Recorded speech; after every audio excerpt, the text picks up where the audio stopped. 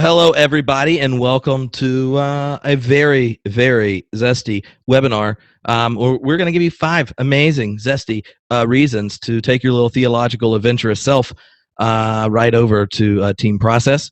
So joining me is one of the coolest people I know on the planet, and probably, like, who else would you rather get on the internet and hang out with and talk process rather than Dr. Monica A. Colemann. So what's up, Monica?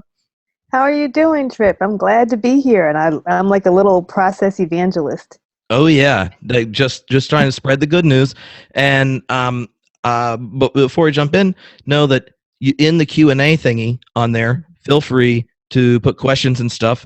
We'll talk for a little bit, then I'll try to go through them and grab questions while Monica says something, and then I'll ask them.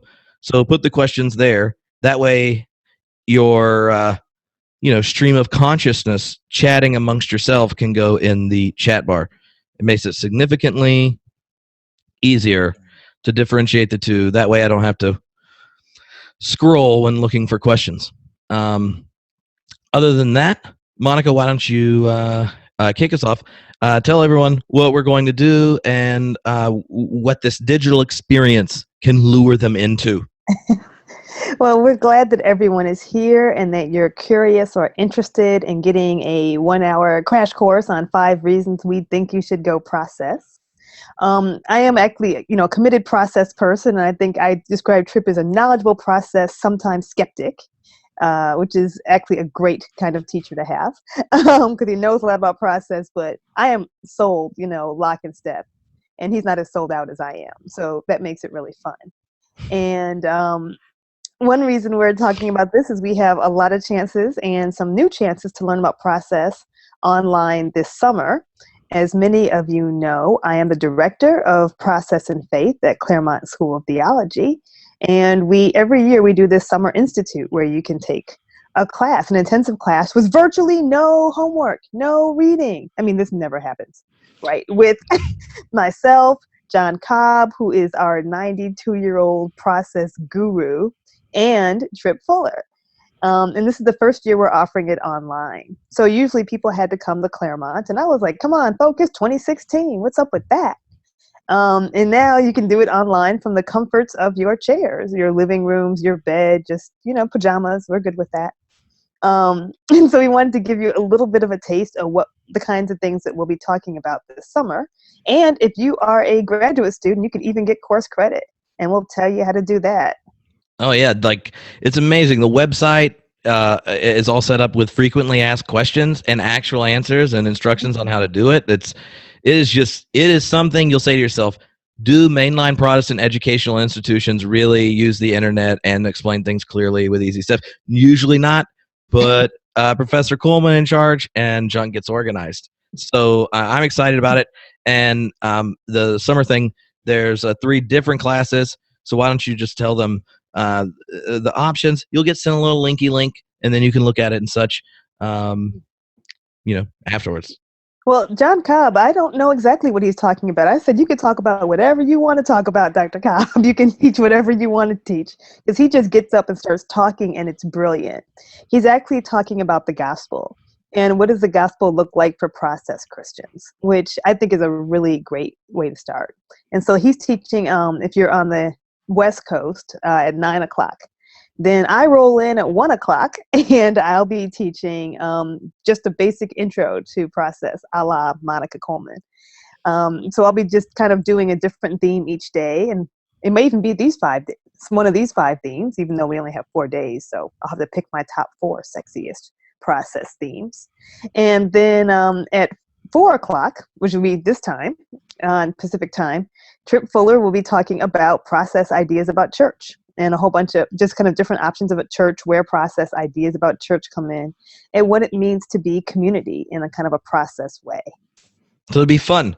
And you'll get the link. You can take 1 or 2 or 3, and you can do it. You can have your friends all hang out. If you work at a church with multiple staff members, say, look, it's like VBS, but without kids. Exactly. Oh my gosh, how great is that? It is like VBS without kids. I've been thinking about it because at the hatchery where I'm teaching, in the first week of August, we're doing adult VBS with Walter Brueggemann, and we talked about it, and then he sent me this email Mhm. And he's like, well, I know what we talked about, but then when I read the description, are you really going to have felt board things for me to use while I'm teaching? And I was like, no, it's a joke. Don't worry. You won't really have to teach prophetic imagination with felt boards. So now that he asked, I'm thinking about it. So, Well, first of all, the fact that Brueggemann emailed you, cool. Just want to go back to that. Oh, someone said, what is VBS? Vacation Bible School. oh yeah, it is. There's a long history of VBS that was actually connected to early social justice critiques of capitalism and evangelicalism in the early 20th century religion. But that's a different webinar altogether. So what idea I had is I was like, Monica, how about this? Instead of giving like direct, like, oh, reasons or whatever, let's take 5 words and I'll throw them out and she'll contrast how process people rock the word versus kind of classical theism or what's there. And then as we kind of unpack each of the 5 ideas, the contrast and the zestiness of process shall emerge in the conversation. You'll be popping your questions in, and then we'll answer questions. So we had the 5 words. Depending on how many questions you're asking and how fast we go through them, we'll get to more or less questions. Luckily, at least one of us, and now I know she does Periscope, does stuff online all the time. So unanswered questions, we'll just end up on a podcast because honestly, I regularly am begging people to ask questions about process, so I can talk about it. All right, so here we go. Question. The first word, Monica, is God. God. Oh, this is like being on a talk show. Oh yeah. God. Well, in process, we talk about God in a couple ways. We say that God is dipolar, not bipolar like me, but dipolar, D-I, is in dog, D-I-P-O-L-A-R, which means we talk about 2 aspects of God.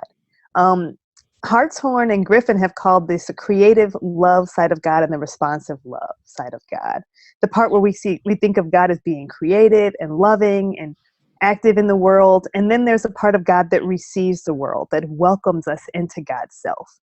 Whitehead will call this the primordial nature and the consequent nature. I like the egghead terms, but it means there's a part of God that almost would call it God's nature, right? If you believe in a good God, which Christians seem to like, right?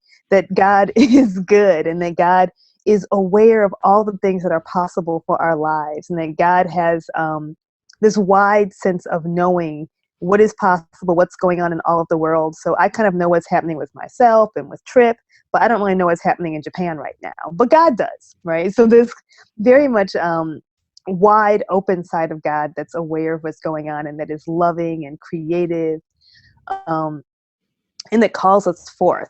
And then another side of God that receives us and that welcomes us into who God is. And Marjorie Suhaki would always say God gets fatter and fatter because the more things that happen in the world, they actually become part of who God is. And God receives that. And then God kind of blends those 2 together. In my classes, I call it the swirl.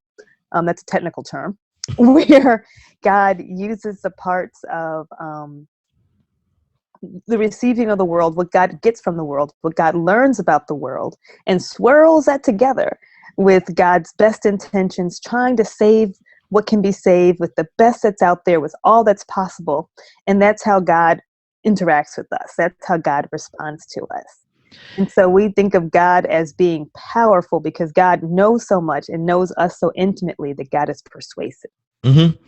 Well, one of the things that I think might be helpful is to draw one of the bigger contrasts between kind of classical theism and process theism is really how we understand perfection. And a lot of Christians, I don't think, know the full inheritance of essentially Platonism and Aristotle and friends, and how it impacted the biblical narrative, which then kind of philosophically forced this image of divine perfection where God isn't related, isn't changing, isn't sharing the flux and movement of history with the world. So can you describe, when you're thinking of God as a process person, like what are those initial contrasts that help you see like why you would start to move in a more open and relational direction? Oh, that's a great question. I think of it as the God I grew up with is a classical God, the God of classical theism. And God was like the opposite of what people are, right? So God was perfect and we are imperfect, and God is unchanging, and we are changing. And God is good and we are sometimes good, but often called sinners, right? We would not think of God as being a sinner in a classical sense. That God is all-knowing and we only know in part, right? I mean, they're great biblical scriptures to help out with all of these things, right? We only see through a glass dimly, right? But God sees everything. And God has all power and we have relatively little power. And so there's always these opposites, these contrasts between who we are and what God is. And that was kind of what made God God, right? God was bigger and badder and more awesome than all of us and all the things that we want to be but aren't.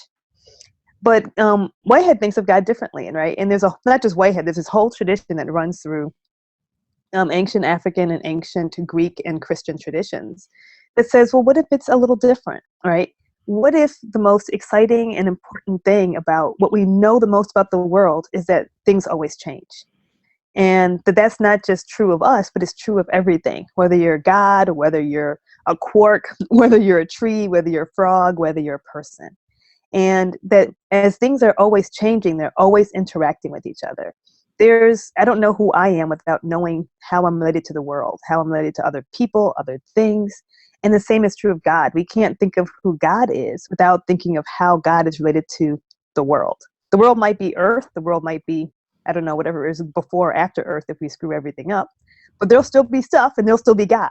And God will still be related to that. Mm-hmm. So it becomes a sense where God and we operate the same way. We're actually like reflections, you might say, or mirror images of how God works. So we're all changing. We're all related. Perfection isn't about not screwing up, right? But about always aiming for the best that is possible in every context. Mm-hmm. Yeah, and once you introduce relationships into God, then surprisingly, the biggest theme of God throughout Hebrew scriptures is that God is the one who shows up and is faithful. And process people completely agree that God's perfection is God's perfect faithfulness to the world wherever it is on behalf of where it can be. So the contrast with some parts of the Christian tradition are also places a lot of us would insist that they're also contrasting with just the biblical testimony to a God who chooses relationships and covenants and is invested in the flux and movement of history and the risk and vulnerability of genuine relationships, which brings us to the second word. It depends on whether or not it exists or not, but it is evil. Evil. Oh, evil's a good one.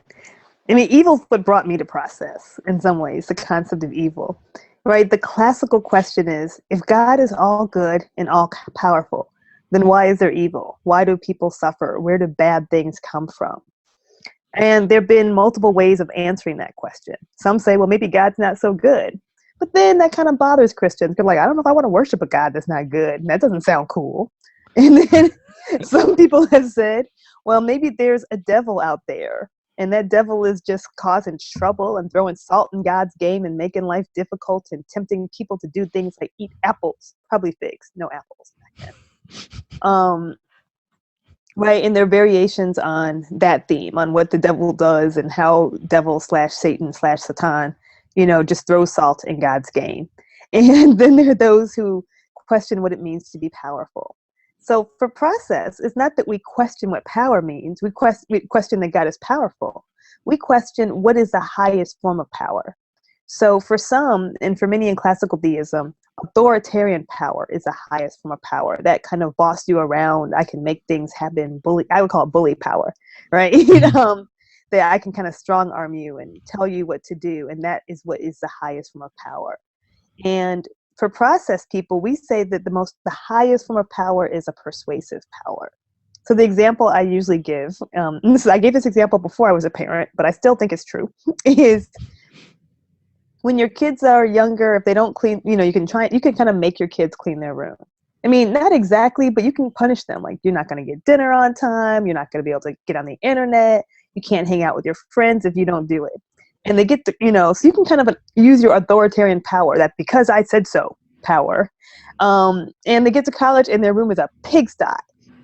Or you can persuade your child about why it's important to at least be clean and hygienic, if not tidy. And then they'll go off to college or leave home and grow up and hopefully have a clean room.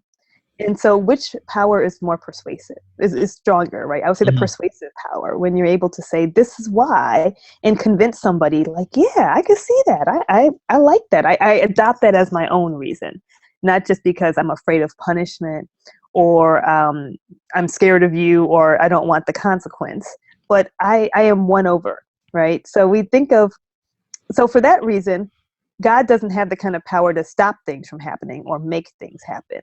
God basically just calls us and loves us and hopes and wishes and tries to persuade us to do the best things.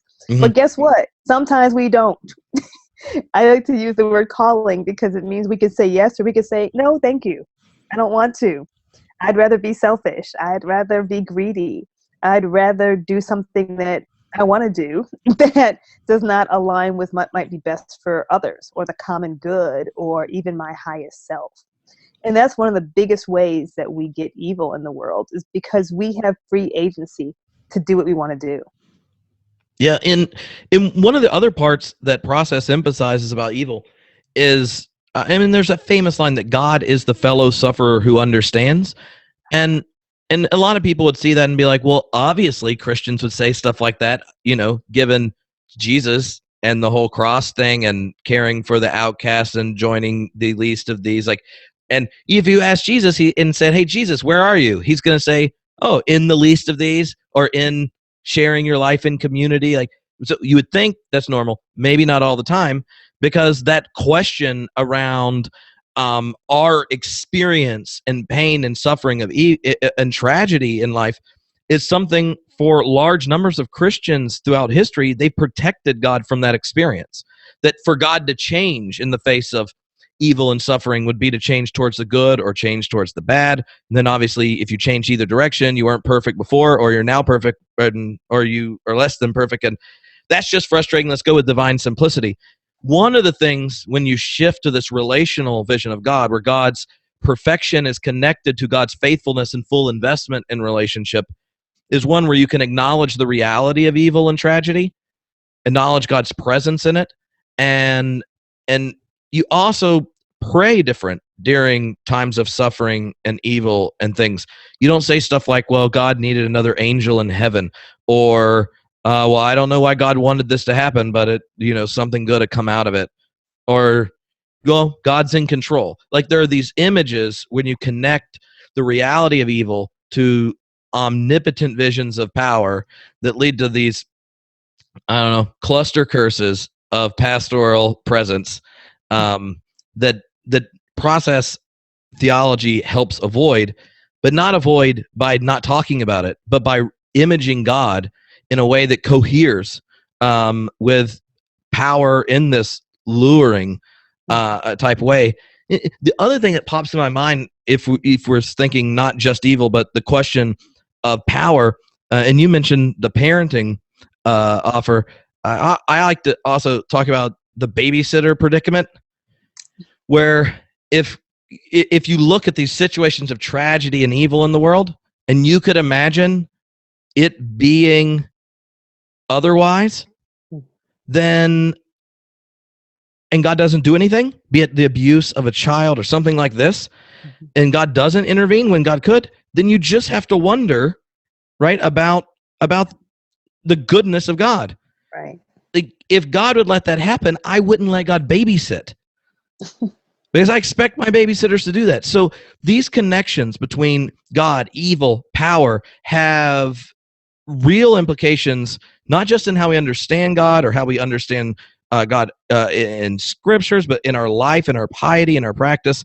And one of the questions before moving to the next one that I think would be helpful is, how does the way we image, pray, worship, confess God connect to the way we as Christians seek to live out our faith? Like, you talked about this contrast of types of power, but oftentimes the language and images we use for God have a materializing effect on the way in which we embody faithfulness to that God. I agree. And I forgot to say this earlier, but, I came to Process and saw the light of Process, I would say, because I was doing pastoral work. I was working with survivors of sexual violence and domestic violence. And all the things I'd been taught about evil were just horrible things to say to people, right? Like, God let it happen for a reason, or, God is limiting God's own power in the interest of someone else's free will, even though it's going to mean that you're suffering, right? All these kinds of things that people often say, or the devil is somehow involved, or it's all your fault because God is perfect, so you must be somehow unfaithful or not praying right or not doing something right. These are these kind of classical responses to why there's suffering and why there's evil. And I'm like, this is terrible. I can't tell people this. And so, but I was like, well, what do I say? What do I believe? And one thing that Process reminds you of is that it's complicated. Right? What happens is this complex interaction of what's possible, of what the world has to give us, what the past has to offer us, and what we do with it.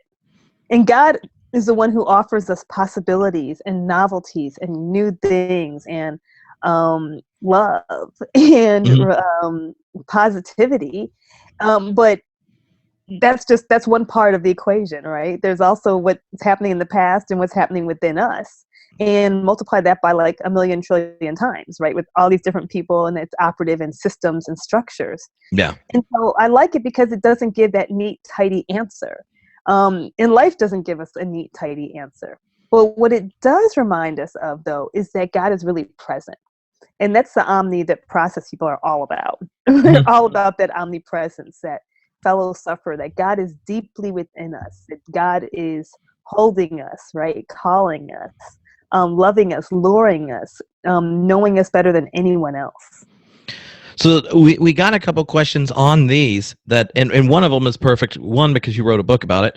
But Omar asked, how does process theology translate with people of color and evangelicals? And in the questions he asked, it has a lot to do with kind of confidence about God's power and intervention, being how you have eschatological assurance and hope. How do you wrestle with that critique that black theology regularly poses against process thought when you get rid of omnipotence?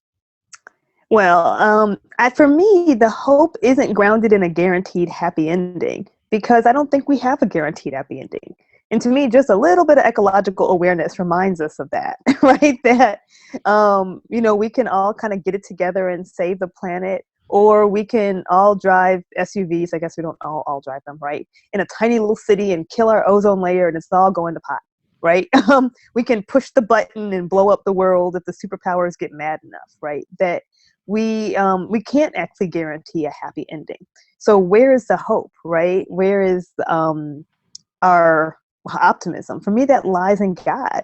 It's that even in the midst of this, that God is so persuasive, that God is aware of so much more than I am, right, than one corner of the world, and still continues to call us and lure us towards what is best for the common good, and that we can choose that, and that more and more of us can choose that. And even if we chose negatively in the past, there's always a new chance to choose positively. For me, that's where the hope is, that there's always that opportunity.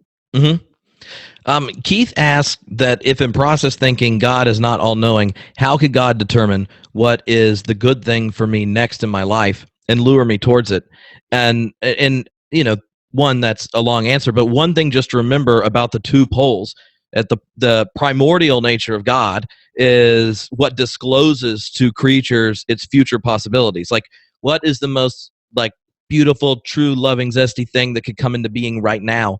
And then the consequent nature of God takes up each event and redeems it, and then knowing it fully gives possibilities back, as opposed to the right thing or the good thing being this abstraction from our lived, embodied existence.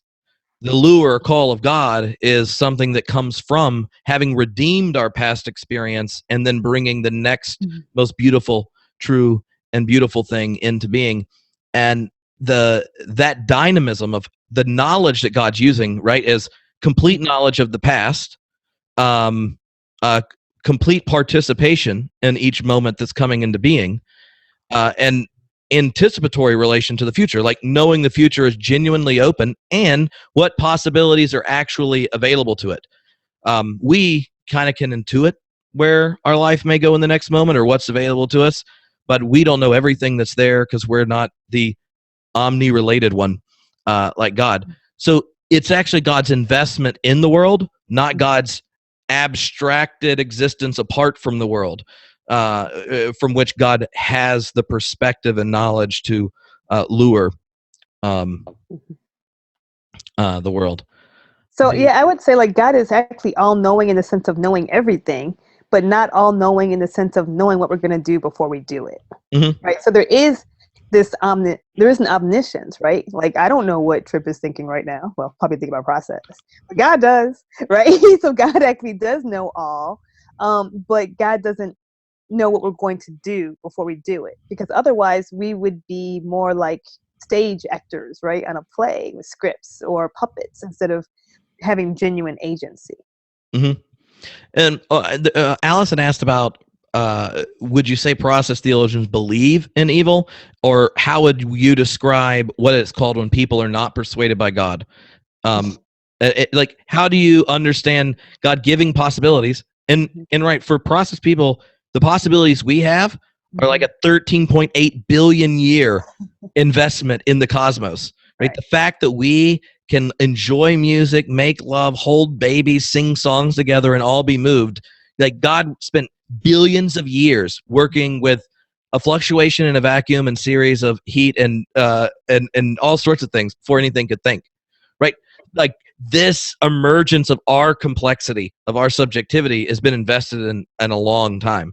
So when we get to the type of investment where we start to use moral categories or axiological categories like evil or things, you can't take away the history. That's one, like the evolutionary observation that evil is connected to loss and suffering, and our evolutionary history is one Whitehead highlights, and also highlights when using those words like evil or good or things, they're not something that can be applied outside of the situation they're in. Right? Like it's hard to talk about absolutes because absolutes are abstractions from real relationships, not vice versa. We're not secondary to some ideal elsewhere. Right. Yes, exactly. But the short answer is, do we believe in evil? Yes. And we think that there are crappy things that happen. Whether it's these inexplicable injustices of the world, of why the earthquake hit this city and destroyed it and not that city, right? Of why this child died and not that child, of why this plane stayed in the air and that plane didn't, right? We believe that there are oppressive structures that just kind of kick the asses of entire peoples and communities and cultures. We do believe in evil. Whitehead distinguishes, he doesn't use this language, this is my language, between kind of the philosophical category of evil and what religious people would call sin, right, which would kind of be the more moral character of evil. And so there are things that he calls evil that we might not call evil. Mm-hmm. He says it's just evil that we lose so much. It's evil that we can't be all that we want to be, that some things just slip through our fingers. That's just the nature of how the world works. And so there's no world in which you can kind of beat evil. That's just kind of built into the system, that there's always loss. And we can't hold on to everything we want to hold on to. And so for him, that's a kind of philosophical category of evil. He does the same thing with suffering. He's like, not all suffering's bad. Sometimes good change hurts. Like starting a new workout program and you're sore and you suffer, but that's not really sin or evil. It's just suffering, right? Yeah. Sometimes we suffer because we think it's good for ourselves, but it just sucks and hurts to go through it. And then there is this other category, which we normally call sin, and things we normally think of as evil and bad, where we had the opportunity to be better and to do what God called us to do, and we chose not to, right? Where somebody else made a decision or did something that hurt us, and we experience that negatively, and that causes suffering. And so we have ways of thinking about both of those kinds of categories. Yeah, and I think the difficulty in a lot of the doctrines where you start to think process, it's really just like flipping the relationality switch. And then once you think like relationality is way more cool than detachment, like you would never at a Process church sing that song with all the little kids from a distance. Like when you make that switch, then a lot of the doctrines start to just feel different. So that's I really think that's one of the difficulties in thinking it. But I will say, as someone who has done just introduced broadly open and relational vision of Christianity in congregations without going, oh, this is what most people think. No, this is what this is. It resonates with a lot of the practice piety of people across the diversities of the church, especially people in renewalist traditions or charismatic people. Or some of the most regular listeners to podcasts are charismatic ministers who listen for Process stuff and then take out the weird words. So, and I think it resonates at deep levels. So, I mean, in a way, like the omnipresence is a good one, right, for prayer. So most of us really, no matter whether you're a classical theist or you're a Process person, you think of God as being omnipresent, always being with us. But then sometimes we go into churches and we pray that God will come, the Holy Spirit will come. Well, does that make sense if God's really already there? So maybe the prayer should be that we notice God, that we pay attention to God, that we hear God, but really God is always there. Right. So sometimes we pray these things that actually don't go along with what most of us believe. So we should be praying and singing, don't come because you're somewhere else and you have to we have to pray for you to come, right? This invocation, invoking you to come, but rather invoking ourselves, right? Rather make us aware, tune us into your voice. So the next word is incarnation. Yeah, I was trying to set that up. You I know, yeah. So we've already got questions about Jesus in Process and the Trinity and things. We have a questioning Calvinist over here asking questions. So we need to get to incarnation, and obviously, everyone's more than welcome to buy my book on Jesus because there's a whole section. You have it in front of you. Hold it up. Oh yeah, there's a whole chapter called "Getting High with Jesus," in which I do process logos Christology to see just how high your Christology could go with Whitehead. And I'll show you how low it can go with Whitehead. Yeah, exactly. So this is one of the things when you deal with philosophical theology, right? You can a lot of the Whitehead stuff before you get to doctrines that are connected to special revelation or particular histories. The philosophy of Whitehead you can do when hanging out with scientists, right, and other philosophers that have all sorts of different opinions. So when you get to doing process philosophy for theological purposes, just like Augustine did with Plato, you're doing something different and speaking in a different way. And I think that's always helpful. But for Whitehead, incarnation is definitely not a divine invasion, is it, Monica? No, incarnation is the bomb in Process for me. I'm all about incarnation. Right?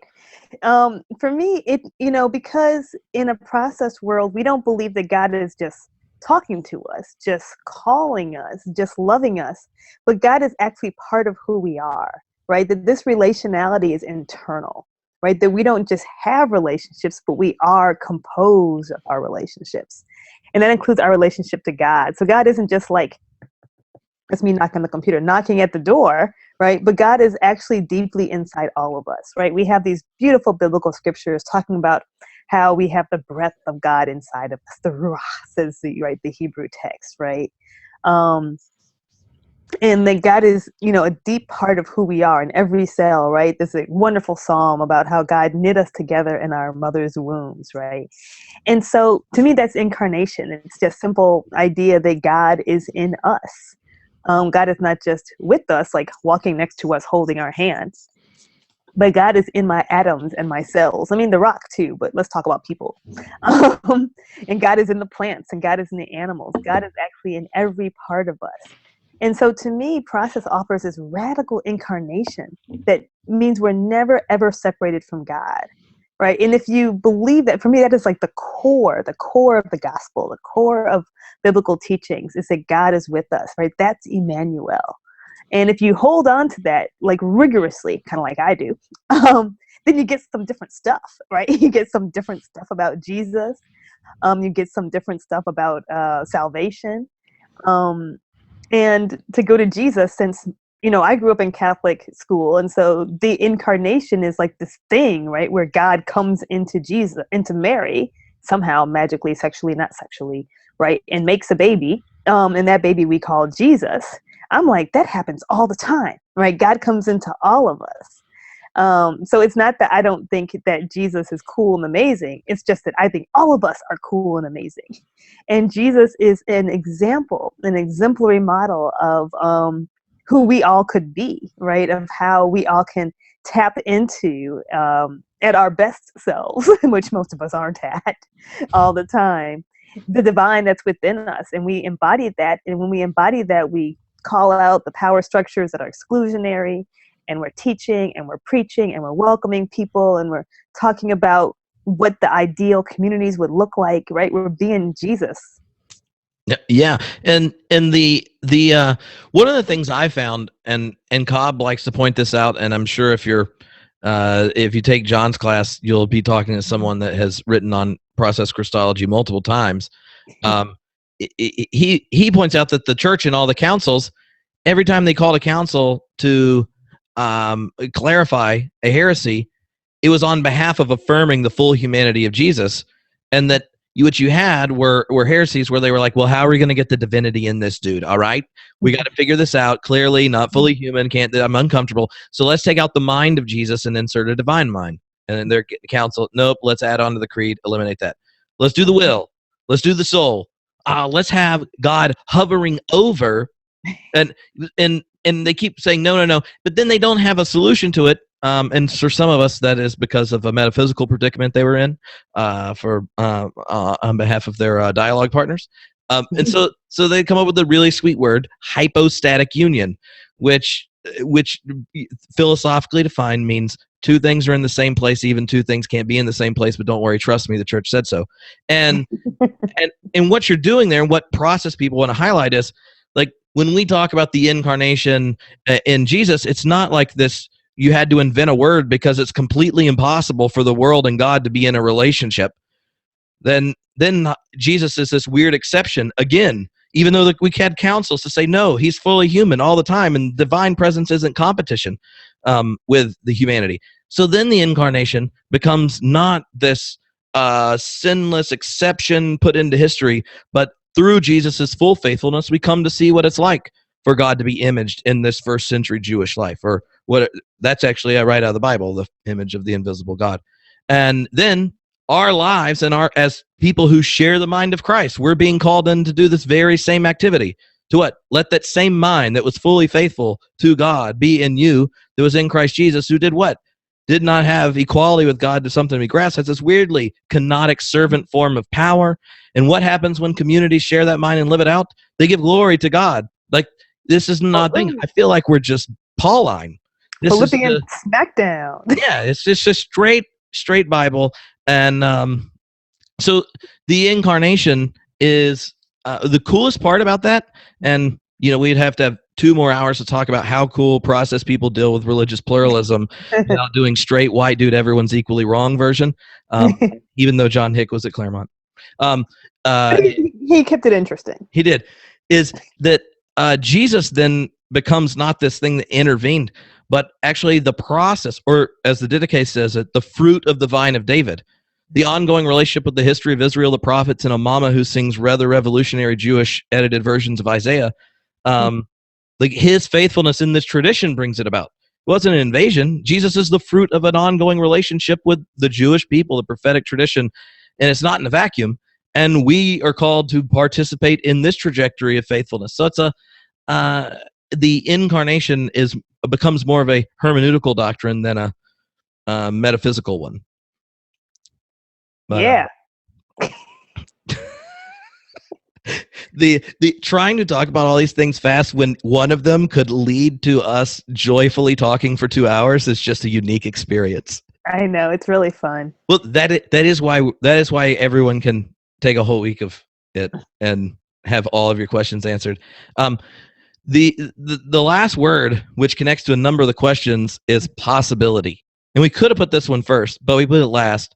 And possibility is an excellent process word. But what exactly do we mean? Possibility is, to me, it's great. We almost could have used novelty, right? We talk about that God offers us all the things that are possible in our context, and process people are a little bit different on this one. But since I'm talking, I'll tell you where I come out. I think a lot of times when God is calling us to something, we imagine that there's like this one big God's will, and we have to get in it. Like I can't, I have these evangelical roots, and that's we used to pray, God, show me your will. God, how can I get in your will? How can my will align with your will? Those sound like prayers anyone has prayed, right? As if there's this one will for everybody, and I just have to find my way to it. And process people say, it's a little bit different. One is that God, there are multiple of things, not a multitude of things that could be equally great, equally wonderful, zesty, adventurous, beautiful. Maybe not 25, but let's say 5 in any given context. And one isn't more perfect than the other. They're just different, but they're all fine. And so those are the possibilities. What I like about the term possibility in a process world is that God sees things that are possible that I don't see, right? This is what we think of as that creative transformation. That I think I see 6 options and God's like, haha, there are 20, right? There are things that you can't see, things that I don't know that are possible. This is where the word miracle comes in, right? When something I don't think is possible happens. Something I can't even imagine is possible and actually happens. And this is how we get novelty. This is how we overcome evil. This is how we are not stuck and determined to be in the past that we've inherited all the time. So it means that the example I often use in class is like, if my father was an alcoholic and his father was an alcoholic, and this is true for my family, and I'm not sure, let's say his father was an alcoholic, I am going to be an alcoholic. No, I don't have to be, right? There is genuine novelty. There are other possibilities, other things that I can choose. Of course, the past is pretty strong too, and the past is pretty persuasive too. But it means I'm not stuck in the past. There's always something new that is possible. And for me, this, if I had my students in front of me, I draw little arrows on the board. That's where the hope is, right? That's where the excitement is. Well, that made me think of one of my favorite process or Whitehead quotes. It's from Science in the Modern World, where he kind of describes possibility and its connection to religion. And he said, religion is the vision of something which stands beyond, behind, and within the passing flux of immediate things, something which is real and yet waiting to be realized, something which is a remote possibility and yet the greatest of present facts, something that gives meaning to all that passes and yet eludes apprehension, something whose possession is the final good and yet is beyond all reach, something which is the ultimate ideal and the hopeless quest. That's like philosophical beauty. And if everyone doesn't notice that religion is the vision of something which, and then he gives the 3 locations of Luther post recognition of the Protestant principle. So God is with us, before us, and behind us. So anyway, I'm not. I don't think Whitehead was thinking Luther, but I do find it interesting that the vision of religion he has is described very similar to the vision of one who is in faith, as Luther describes it in Freedom of a Christian, and that what happened in both of them, the word that is most true about you is not the word going on in you all the time. That the patterns you have to think the world has to be this way, or I have to be this way, or this religion is this way, or this relationship's this way. God goes, no. I'm not the God over dead actuality. I'm the one about living possibility, and what can be and will be and could be is way more zesty than you are willing to imagine right now. So, anyway, we have a stack of questions. So before we jump into those, Monica, tell us like what you are most excited about when you're sitting there thinking, I'm going to have 4 days to try to introduce process theology, but each time's longer than a webinar. But when you're looking at it, and what's the part or topic or lecture or idea that you get most jazzed about getting to teach? Salvation. That's my thing. I think so. I get excited about teaching about salvation and why I think that process thought is so helpful for those who are both individually dealing with pain and suffering, but also for larger systems and structures of injustice. And so for me, salvation has a lot to do with justice as well as it does about like hopefully not going to hell. Oh wait, we don't believe in hell. No problem. So we don't have a hell. We figure you make enough bad choices, you can have hell right here on earth. Well, so yeah, we don't need some fire. people are very gifted in doing so. Right. So we don't need like a fiery other place, and we can't figure out where it would be anyway. So yeah, that's what I'm looking forward to, talking about salvation. And because we didn't get to talk about it today, I think I'm going to try and throw in religious pluralism and do a day on that and where process comes into that conversation. Which, if you don't know, and kind of how I talked about the relationship between philosophy and then using it for constructive theology leads to all sorts of, like, there are process theologians like Joseph Bracken who would be a neo-Whiteheadian of sorts and would be much closer to Orthodox Christianity, to the process philosophers that do religious thought that are in every religion, or ones that are process naturalists, right? So process Jainists, process Hindus. Yeah. So now we say that, and you start to, and some evangelicals are like, "Oh, that's really bad." But just to let everyone know, there were Platonist Christians, which would be the ones that went out and decided what Orthodox Christianity is, along with Platonist Jewish people. Then you had a whole list of mystical Platonists, and anyway, so it's not an odd thing. Just remember. Not new. Not new. It's kind of what human beings do. But that does raise a question that I think is helpful, like how, in a context where we recognize the pluralism around us, does process free us to be energetically, passionately engaged with our faith without insisting that the expression or ideology of it is this purest form? Because I feel like one of the things we've discovered, and by discovered I mean the people who print things and had the privilege to tell everyone what they think discovered, is that the church has always had more lived diversity and expression in it than we've been willing to acknowledge. And now, on like my street, there are 4 other religions and 2 Christians who also were practitioners of Eastern religions. And one's an elder at a Presbyterian church, and the other one is a Baptist, but doesn't tell the rest of their church that they're also a member at the Taoist gathering. So, like, and none of them go, "Oh my God." But that, in one sense, is new, or is it that we're able to talk about it, or what do we do with this weird diversity and multiplicity of identities and yet desire to be faithful? In 10 seconds or less, right? Yeah, well, or 9. One I would say, this is what my theology professor, Sally McFaig, used to always say at Vanderbilt, and she says it in some of her books. We look, as Christians, we look Godward through Jesus, right? This is how we seek God. But if you're down with this radical incarnation thing, right, this idea that God is really in everyone and everything, and the rocks and the atoms and the quarks and the frogs and the dogs and the horses and me and you, right, then it's not so hard, if you think that God is really in everything, to say that there may be different cultural contexts and different paths by which people celebrate and worship and think about this God. So to me, in some ways, just the basic tenets of process kind of get you there if you are willing to go there. And I think because we think that things are so contextual, right? So what is God is calling me to do at 5:30 p.m. might be different than what God is calling Tripp Fuller to do at 5:30 p.m., right? Because we have different contexts, different actual worlds, different little people who need different stuff from us. My little person's younger than his little person. What is, that is so contextual that why would we think that God was only acting in ancient Palestine for those 3 years, that God wasn't also active and operating in other cultures and different traditions in different ways?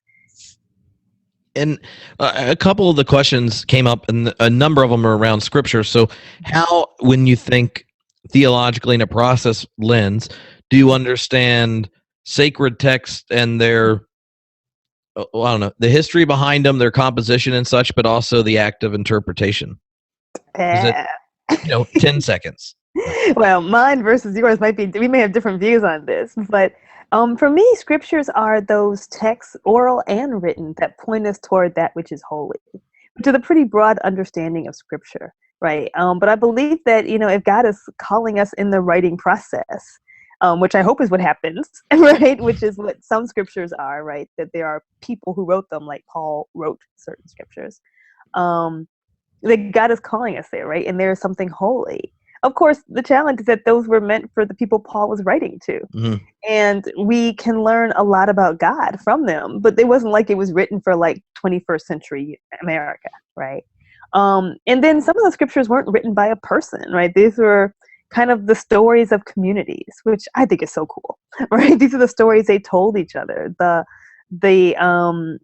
the important things they could think of that made sense to them about God, and that were their histories and their songs and their worship and their hopes and their don't do this or things won't go well, right? Mm-hmm. And so I think of scripture as a record of, and sometimes a very partial record, depending on what was found and who won the political battles, right? Mm-hmm. A record of the ancient Israelites' experience with God, and a record of the early Christian community's experience with God.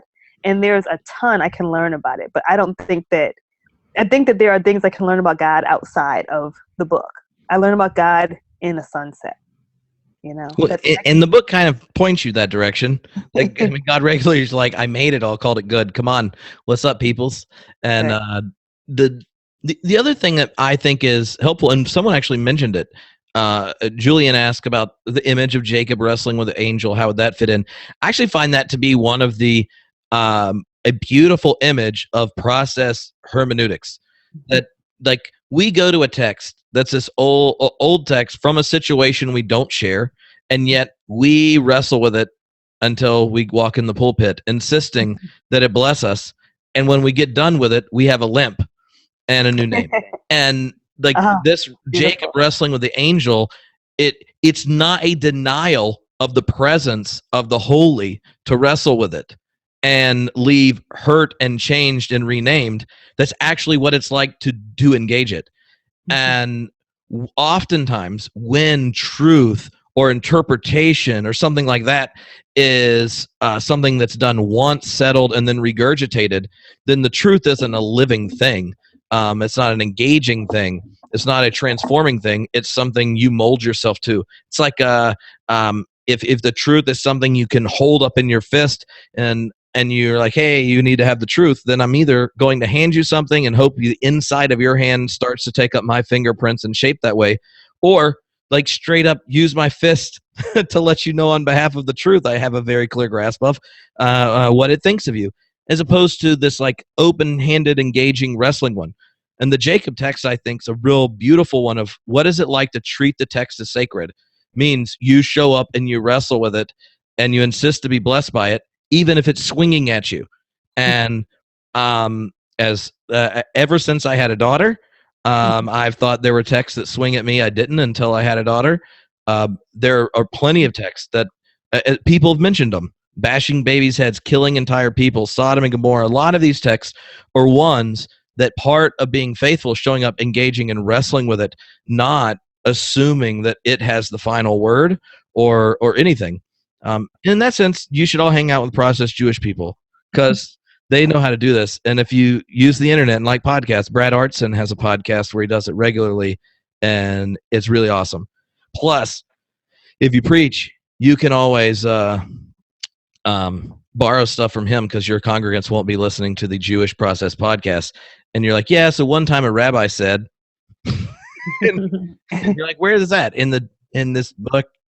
And there's an interview with me and him on the podcast. So if you check out Homebrewed, you can hear us talk. And we're both part of the John Cobb fan club. So, Monica, can you tell us why any human who likes JC, John Cobb, or Jesus Christ would not want to? Why would you want to miss out on the opportunity of actually getting to see John Cobb? Because 92 is that's a lot of numbers. Well, for the process, people tend to live a long life. I can't say it's because we're right, but I can't deny it either. No, I'm joking. I just right, but no, John Cobb is amazing. You know, so much of what Western theology thinks about process thought is because of the influence of his many writings and his passionate work. Not just on some really nerdy philosophical issues we had to sort out, like the structure of Christian existence, great book, but also about why it matters for the environment and why process, what it means for our thorniest questions about prayer. And so John Cobb is teaching. And I mean, I'm like, get this while it's gold, people, because he might just one day say, and I'm done, right? Which he has every right to retire and hang out with like great-great-grandchildren. But he's just so excited and so passionate and still able to give great lessons about it that you cannot miss it. I think it's a chance you have to take. All you have to do is like get on your computer and you can check out what Dr. Cobb is saying.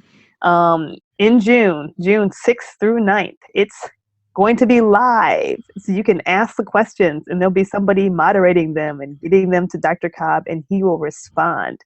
I mean, people pay like tuition amounts to make that happen. And you won't have to pay tuition amounts to make that happen. I flew out to the Summer Institute between my last year of undergrad and first year of divinity school. And what year was that?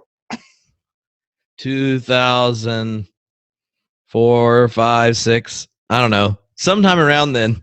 Right. No Elgin yet. So that's all I remember. And pre-Elgin. Alicia and I took the Cobb and Sue Hockey's class, and it was very expensive to go spend a week in California if you're from North Carolina and fly. But it's well worth it. It's like if you're thinking you want to go hang out in Claremont during the time you do it, then you just email me and tell me like what else should I do while I'm around Claremont if you're going to come out in person, or use the air conditioning, which does work in Claremont, but if you're from places that don't get that dry heat, it won't count as cool. And do it online. The other thing, but before we wrap up, and just let you all know, you'll get an email with kind of information and stuff on it, on how to get the class, how to download these things, info on when Monica's brand new book is coming out on July 1st. July 1, check it out. Dropping on July 1. Drops. I made a list of like process intro books you can get on your Kindle and stuff like that go in the email. The other thing is, in the email, if you respond to it and say that you want to join the next time the homebrewed book group is meeting, we're going to it'll be like this, except your video will be on the screen and you can just argue with me in person as opposed to in mass. But it's the homebrewed kind of members group in the next 2 weeks or next 2 months. We're doing process.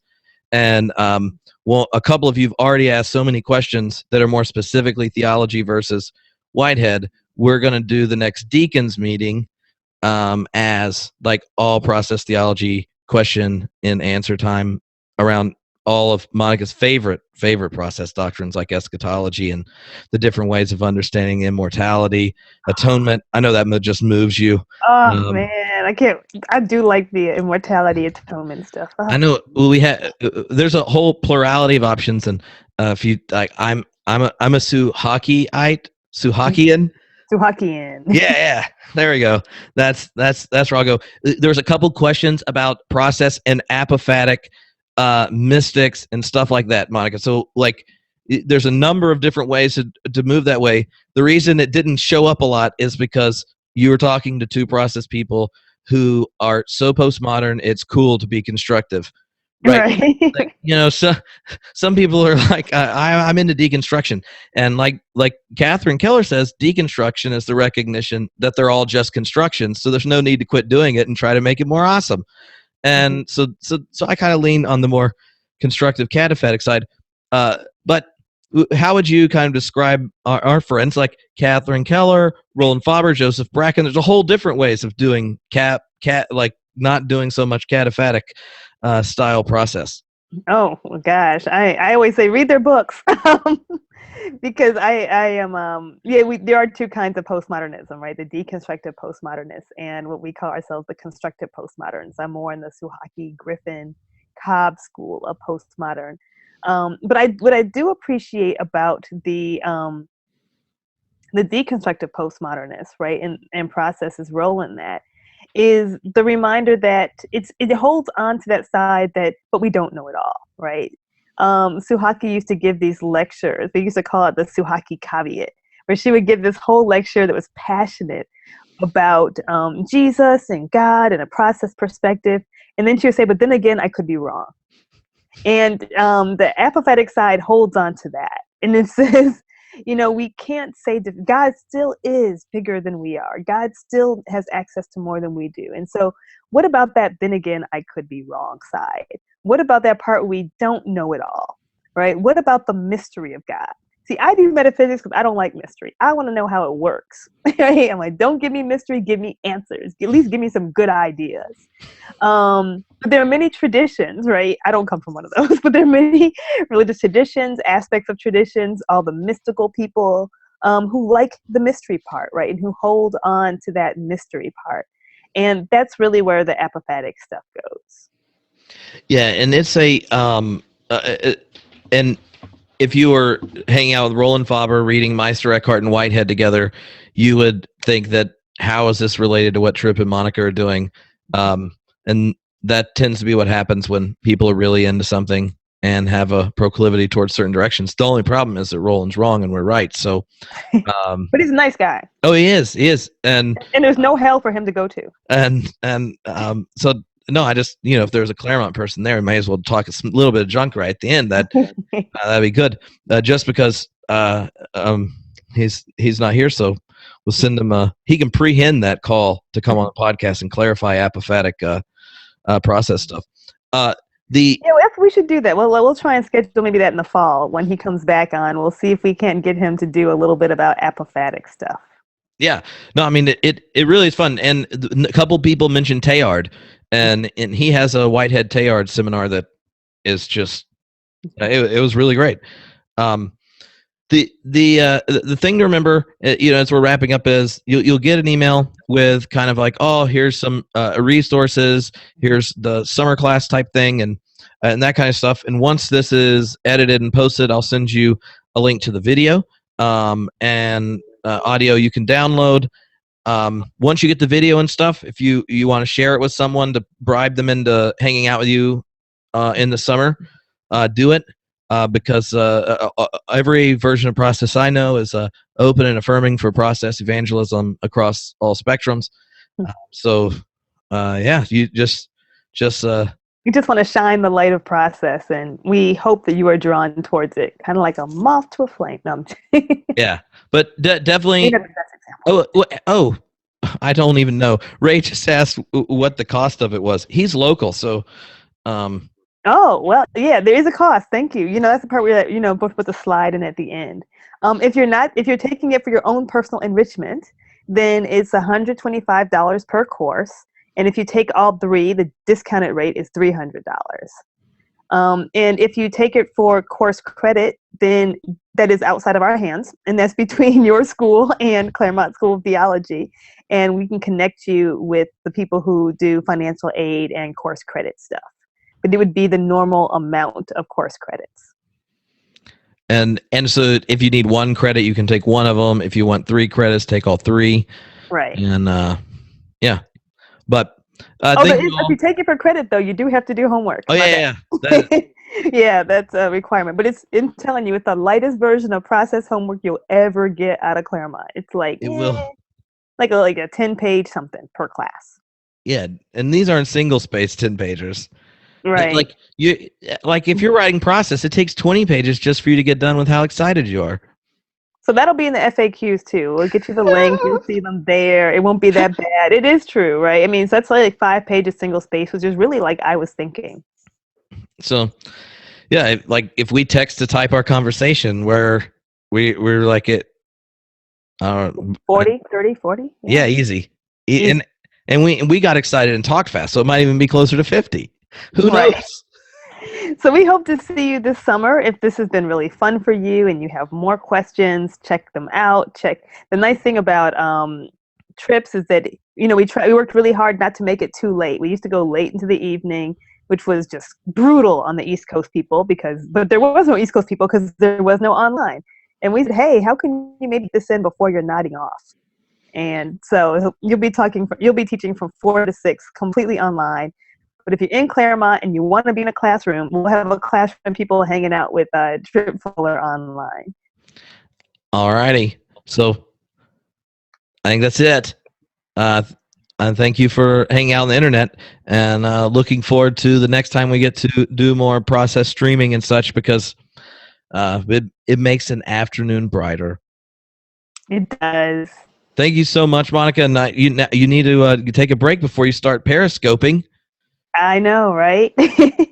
Take a deep breath, periscope, and then make some dinner. All right. See y'all later. See you all. I can't see you all, but maybe you can see everyone. Yeah. I can see names, but okay. I know the names. And all right. Oh, happy birthday again to Todd Littleton, if he's still there. Yes, Todd. Have a great evening. Great. Take care, everyone. Bye, Monica. Bye.